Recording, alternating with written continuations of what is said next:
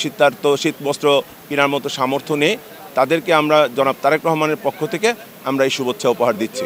আপনারা জানেন যে আজকে আমাদের শহীদ রাষ্ট্রপতি জিয়াউর রহমান সাহেবের কনিষ্ঠ পুত্র, দেশনেত্রী বেগম খালেদা জিয়ার কনিষ্ঠ পুত্র, আমাদের নেতা জনাব তারেক রহমানের অত্যন্ত স্নেহময়ী ছোট ভাই আরাফাত রহমান কোকস সাহেবের আজকে 10ম মৃত্যুবার্ষিকী।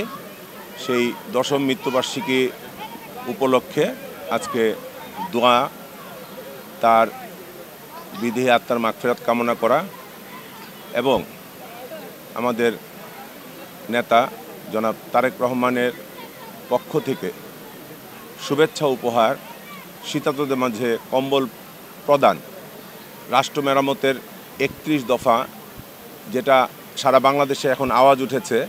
একসময় যেমন শহীদ জিয়ার 19 দফা ছিল, এখন তারেক রহমানের 31 দফা।